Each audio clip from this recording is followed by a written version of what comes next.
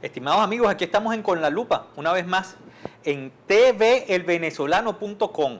Anótenlo ahí otra vez, tvelvenezolano.com, con la lupa todas las semanas. Esta semana analizando lo que ha acontecido en el país, que ha sido una semana muy acontecida. A partir de septiembre arrancó con la cola. Muy movilizada. Altamente movilizada. Fíjate que en una semana tenemos dos grandes movilizaciones. Una movilización del primero, digo dos grandes movilizaciones porque las del gobierno ni se cuentan, ¿no? Eso ha sido vergonzoso todo lo que ha pasado. Eso como yo le he calificado, reuniones íntimas que tiene Maduro con un bojote de panas Sí. para hablar sobre cualquier cosa. Claro, porque además cuando tú estás en el poder tienes un poco de amigos. De repente esos son los amigos de Maduro. ¿Llegarán ¿qué? A 3.000 amigos? ¿Cuántos hipócritas habrán ahí? Bueno, depende. Claro, Yo creo que pueden haber muchos. Pero fíjate, esta semana ha sido un poco atípica. Y uno de los primeros temas que nosotros tenemos que analizar tiene que ver con la arremetida del gobierno intentando fraccionar a la unidad democrática en dos grupos, en dos o más grupos, tantos grupos como pueda, porque lo que está intentando es fraccionar la cohesión unitaria exitosa que ha tenido la Mesa de la Unidad, que ha sido, por cierto, el partido más votado de la historia de Venezuela, y que decidió unificar su estrategia en una, que es el referéndum revocatorio. Sí, bueno, pero fíjate tú lo siguiente, yo estoy de acuerdo contigo con que el gobierno efectivamente, siguiendo un patrón cubano, ha intentado seguir aquella máxima, pues divide y vencerás. Ha procurado en la medida de lo posible que dentro de la Mesa de Unidad Democrática, organización fundamental de la oposición, la más importante del país en términos electorales, se produzcan algunos cismas, algunas divisiones. Bueno, en tanto que efectivamente allí se agrupan pues, distintas visiones sobre el país, sobre el mundo. Sin embargo, bueno, uno puede decir bueno, que toda esa escalada, Jesús, que el gobierno ha dirigido contra el Partido de Voluntad Popular, deteniendo a varios de sus dirigentes, importantes dirigentes, alcaldes como el de Maracay, Delson Guárate, etcétera. Propio John Goicoechea, agarrado aquí con dinamita, qué sé yo, C4, etcétera, etcétera. Lo que buscaba era efectivamente, en primer lugar, torcer lo que era el objetivo de la marcha del 1 de septiembre, que procuraba fundamentalmente dirigir a toda la gente, a todos los ciudadanos, hacia una concentración, una movilización pacífica, como efectivamente fue, a pesar de todo el esfuerzo de división, de crear dificultades en el seno de la MUD. Por el contrario, el comportamiento del Partido de Voluntad Popular, hay que reconocerlo hoy, ha sido íntegro, no ha caído en la tentación de irse por la vía de la violencia, sino que se mantuvo en la línea que aprobó la Mesa de Unidad Democrática. Mira, Leo, hay varias cositas ahí. Una, el TCJ. Tenemos ahí unas imágenes de respaldo con lo que está pasando con el TCJ, porque el TCJ se ha convertido en un mecanismo para represar la voluntad de cambio del país. O sea, el gobierno ya sabe y tiene medido efectivamente que en cualquier escenario electoral va a perder. Estados como Vargas, por decir algo, la oposición ahorita supera en más de 40 puntos a los candidatos oficialistas para la elección de gobernador del estado Vargas. Sí, bueno, que no es poca cosa esa ventaja el día de hoy, ¿no? No, pero fundamentalmente porque el estado es Vargas. Sí, sí, no digo porque el no estado poca, más chavista de la historia electoral de Venezuela durante los últimos años ha sido Vargas. Por eso digo que no es poca cosa decir que el 40 y pico por ciento, con un 40% de ventaja a los candidatos de la MUD, a los candidatos del gobierno. Así es. No es ninguna tontería. Entonces, fíjense, si eso es Vargas, en el resto del país está pasando fenómenos similares. El Delta Macuro ya la oposición parece que está en un empate técnico, que era otro de los estados chavistas con muy poca población en el registro electoral, por cierto, pero todos los estados, en términos generales, hoy la oposición es mayoría. Y esa voluntad de cambio mayoritario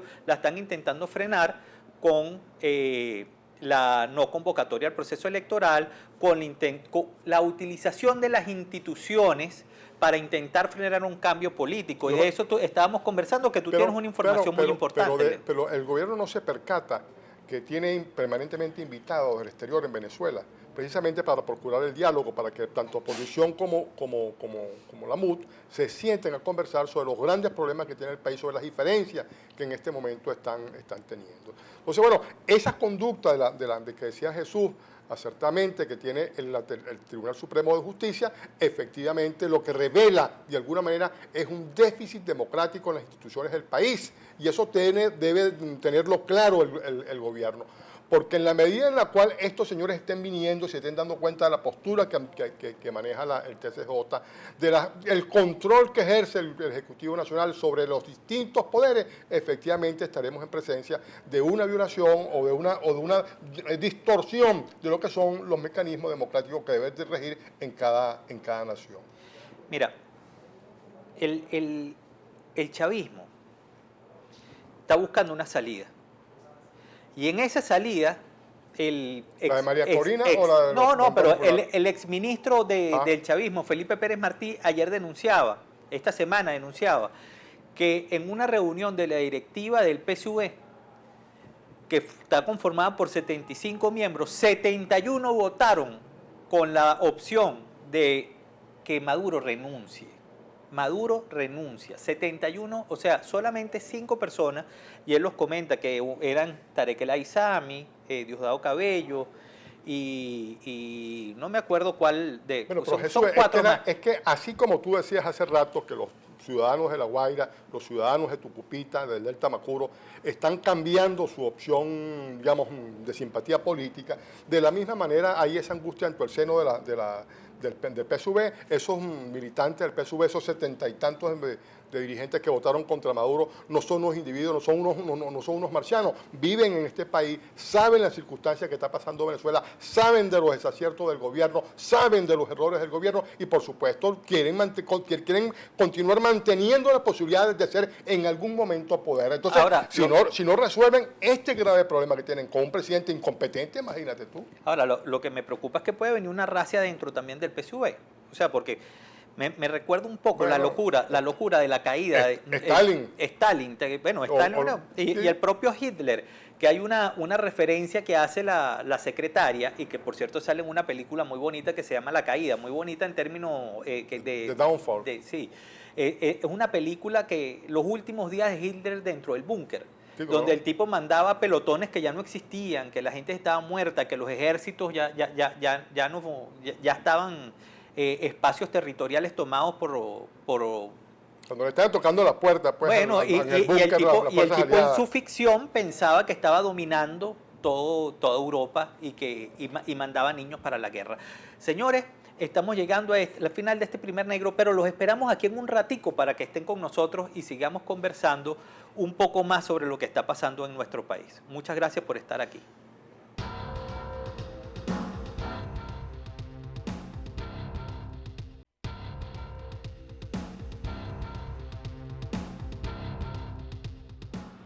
Bueno, estimados amigos, de nuevo en este segundo negro. Jesús, tú sabes que estas marchas que produjo la oposición el 1 de septiembre, la marcha del 1S, fue denominada por la gran mayoría, por esa cantidad de gente que ustedes ven en sus imágenes, bueno, de alguna manera dictan algún tipo de comportamiento de parte del gobierno. Porque el gobierno, todas estas cosas que se hacen, las marchas tienen alguna función, no simplemente para que la gente salga a caminar, a ejercitarse, a llevar sol, ¿no?, a respaldar una política, sino también tiene efecto sobre el contrario, en este caso sobre el gobierno. O sea, ¿qué va a pasar con el gobierno en este momento? ¿Se queda simplemente sorprendido porque hubo una marcha de 1,000,000 y pico de personas y ellos hicieron una concentración, una reunión allí, una fiestecita con unos pocos invitados? No, yo creo que eso va a tener un impacto importante en la política del gobierno. Pero dos cosas, mira, las marchas, efectivamente, esa marcha tuvo un efecto muy claro sobre la situación política del país. Modificó la careta que tenía el gobierno, porque siempre ha sido muy hábil en manejarse en el tema democrático, ¿verdad?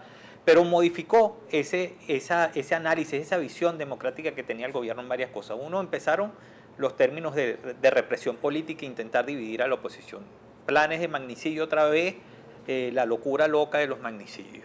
Empezaron a encarcelar a personeros políticos. Pero lo más importante es que las instituciones que tienen las últimas encuestas, donde por lo menos 10 millones de personas están dispuestas a ir a firmar en el proceso de recolección de firmas, el 20%, es lo que más le aterra al gobierno, y eso fue lo que nos dijo Felipe Pérez Martí, que 71 de 75 miembros de la Junta Directiva del PSV están asustados, aterrados con la voluntad de cambio manifestada en esta jornada del 1S y en la jornada de hoy del 7S, porque hay cantidad de gente hoy en todas las sedes del Consejo Nacional Electoral manifestándose en contra de lo que viene ocurriendo con los retrasos del cronograma de referéndum. A mí me parece muy bien todo lo que está haciendo la oposición, pero yo insisto en lo siguiente. El 1S tiene una consecuencia y hay que comenzar a medirla o a imaginarse cuáles son. Yo te decía que efectivamente una de las primeras cosas aquí, que la oposición tiene que estar, digamos, pendiente de eso, es que esa enorme marcha, enorme concentración, manifestación, como usted quiera llamarlo, que ocurrió el primero de septiembre, puede hacer, no es que va a hacer, porque uno no es poseedor de la verdad, pero puede hacer que el gobierno termine por reconocer que su circunstancia es sumamente precaria y busque el diálogo con la oposición. Ya salió Jagua hablando que, bueno, debemos colocar un conjunto de condiciones que permitan conversar, o que por el contrario el gobierno comience a radicalizarse e intente que la recolección del 20% de las manifestaciones de voluntad no se produzca. Bueno, vamos a apostar, pues. No, ¿para qué? Pario none. Lo que sí es que... pero por cierto, si eso ocurre, si ocurre lo segundo, que intentan impedir el 20%, el déficit democrático del cual hablamos en el libro anterior se va a aumentar mucho más, porque no va a haber manera de explicarle a los venezolanos, ni mucho menos explicarles al mundo por qué razón el gobierno insta al Consejo Nacional Electoral o insta a sus dirigentes en el TCJ para que suspenda el proceso de recolección de manifestaciones de voluntad. El Consejo Nacional Electoral tiene una amplísima trayectoria de realizar procesos en pequeños periodos de tiempo. Me acuerdo una que el doctor Roberto Chamota siempre decía, bueno, en el 27 de febrero, que fue el 27 de febrero, justo el 5 de diciembre, hubo un proceso electoral. La amplia experiencia del personal técnico del Consejo Nacional Electoral tiene listos esos cronogramas de elecciones de referéndum, de elecciones de gobernadores, pero lo que está pasando aquí es un bloqueo institucional, porque esta lucha el gobierno está intentando bloquearla desde el punto de vista institucional. Y por el otro lado, la oposición ha tomado una estrategia de intentar generar la presión social suficiente para intentar buscar el cambio político. Y ahí tenemos lo que está pasando hoy en varios estados del país, en Lara, en Zulia, en Carabobo, en Monagas, en todos los estados del país hoy, la oposición... En todo salvo Caracas. Todo salvo Caracas, la oposición está trabajando de manera organizada, de manera puntual, en intentar generar presión durante esos espacios. Dos estrategias. Una estrategia es la radicalidad, que ya es la que está tomando el gobierno con estas medidas que ha tomado con respecto a los presos políticos, etcétera. Y una estrategia dentro del gobierno, que hablaba ayer de que habían 30.000 personas, y Elías Agua decía, no, bueno, la marcha fue importante, hay que buscar salida, hay que buscar diálogo, claro, etcétera. Porque lo que están viendo es que es una trampa de un juego suma cero, o es violencia, que es lo que está proponiendo el gobierno, o la salida institucional que está proponiendo la oposición es el referéndum revocatorio. Pero hay que buscar una salida política a esta situación, no es un tema institucional nada más, es un tema político. Bueno, claro, tú tienes, la oposición tiene está digamos, impulsando una medida constitucional que es el referéndum revocatorio. El gobierno sabe perfectamente que está revocado, que el acto del 1 de septiembre indica de que sería revocado, que la recolección del 20% sería la confirmación de que va para afuera, por lo que perfectamente el gobierno debería procurar, para no salir con las tablas en la cabeza, debería procurar una salida mucho más honrosa, que permita su existencia de cara al futuro. Entonces, ¿de qué manera garantizarlo? Bueno, vamos a intentar conversar acerca de cómo hacemos este proceso de transición de este gobierno que fracasó, que es el gobierno gobierno de Chávez y el de Maduro, hacia un nuevo gobierno, bueno, que debe dictar pautas distintas y conducir a satisfacer las expectativas de los venezolanos. Eso es lo que debería ser un grupo político serio, que razone sobre la actual circunstancia. Claro, pero fíjate, una cosa es pensar como un demócrata y otra cosa es pensar como un dictador, como un autoritario, etcétera. Bueno, tú sabes que Pérez Jiménez dijo lo mismo, ¿no? Entonces le preguntaron, mira, ¿cómo es la cosa? No, yo creo que tenemos que irnos, y se fue. No, pero fíjate, porque lo digo por lo siguiente. Intentar mantener el poder en una situación de desbarajuste como el que nosotros tenemos hoy, lo hacen son los gobiernos de corte autoritario, claro, las dictaduras. Pues. ¿Por qué? Porque si hay efectivamente una vía a través de la Constitución para encontrar un acuerdo dentro de lo que nosotros tenemos hoy, ¿por qué se está intentando evadir esa vía? Bueno, porque la vocación de poder, el arraigo al poder que tienen, va más allá de que la gente viva bien o mal. Y eso es fundamentalmente lo que ha pasado en Cuba, que han tenido una recesión y un tema político enorme, pero además de eso han tenido mecanismos de control social que el gobierno perdió, porque ellos intentaron a través de lo que llamaban, ¿cómo era que se llamaba? Los círculos bolivarianos, después el resto de cosas de aparatos, los CGR, etcétera. Intentaron controlar a la población, pero eso hoy, porque mira, se les acabó la platica, ya no le están respondiendo al mismo ritmo. Nos vemos en el próximo Negro, los esperamos aquí.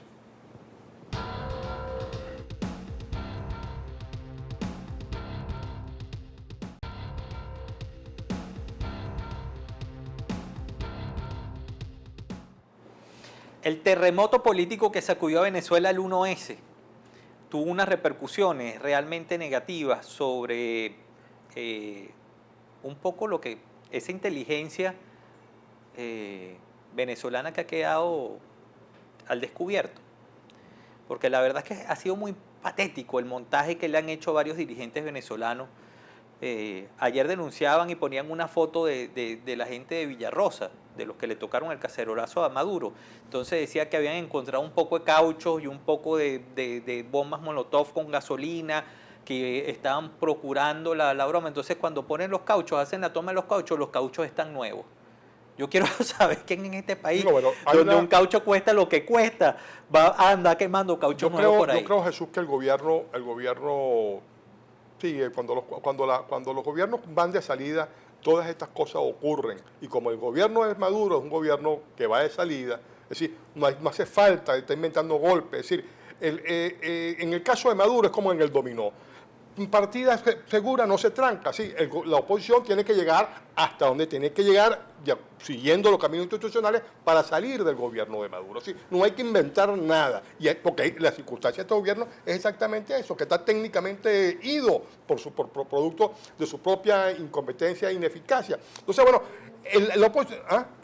Me acordé de una cosa cuando estábamos hablando, tú sabes que... Que tenías el doble 4. Sí, tenía el doble 4. Tú sabes que Pinochet estaba en la campaña esa del no, que perdió, por cierto, estrepitosamente con una campaña muy cómica y muy alegre que hizo la oposición.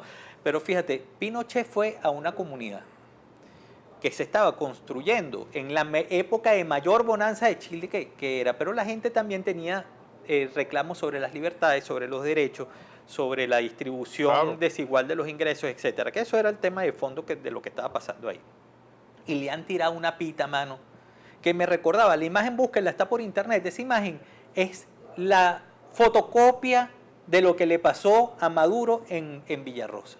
Es la antesala de un cambio político, porque la gente pierde el miedo, porque entre otras cosas, esos mecanismos de represión social que tenían antes con esas brigadas de choque, etcétera, como no les llega la bolsa, como no les llega la comida, como el aparato perdió la posibilidad de darle recursos, también se desmovilizaron. Pero no solo es que la gente pierde el miedo, porque obviamente con unos niveles de desesperación y de angustia, como la que está viviendo el pueblo venezolano, bueno, que carrizo miedo, ¿no? El problema más importante es el siguiente, sobre todo es la lectura que yo doy, Jesús, sobre lo ocurrido en Villarrosa con el presidente Maduro.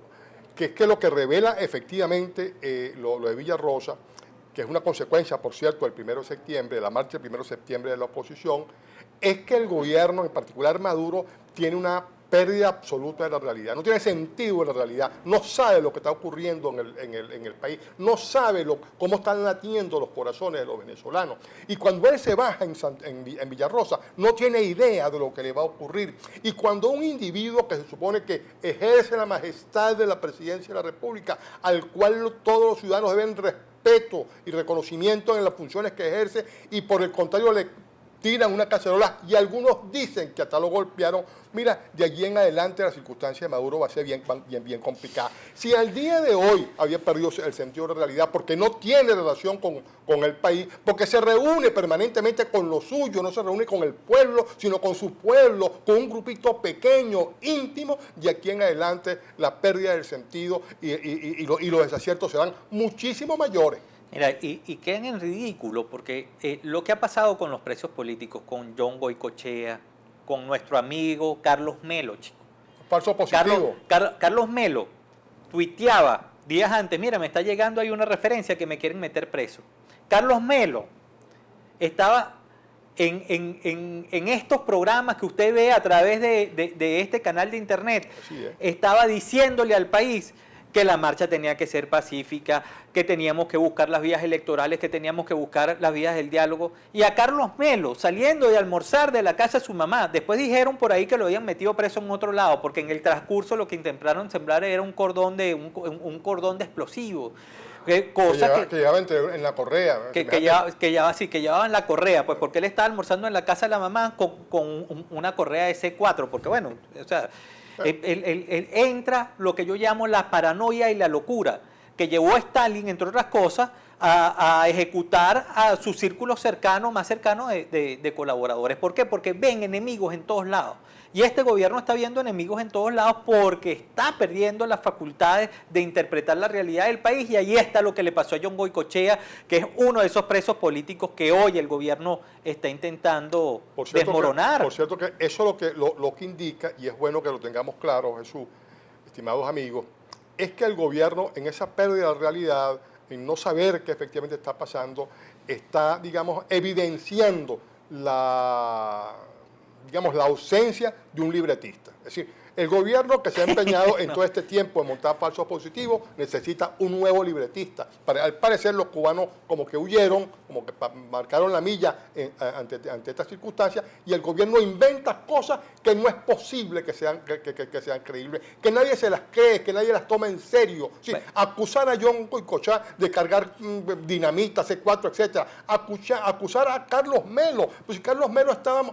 Todo el mundo sabe quién es Carlos Melo, por favor. Y por supuesto, como saben quién es, pretendieron atribuirle una conducta cuando efectivamente quienes lo conocen, quienes han participado con él en actividades políticas en los últimos tiempos, saben de la postura conservadora que en esta materia de movilizaciones ha mantenido y tiene. De modo pues que ahí lo que ocurre es que el gobierno no tiene quien le escriba un libreto. Es decir, yo creo que tiene que ser un concurso si es que consigue a alguien capaz de vincularse a un gobierno como este.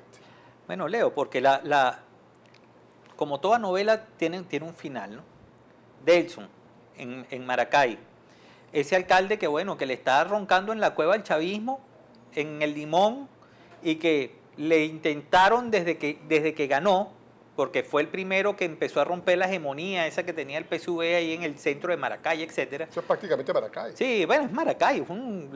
Es como decir Caracas, Baruta, Chacao y Alatillo. Exactamente. Le empezó a romper la hegemonía que tenía el gobierno en Maracay y le empezó a roncar en la cueva a Tareca El Aizami.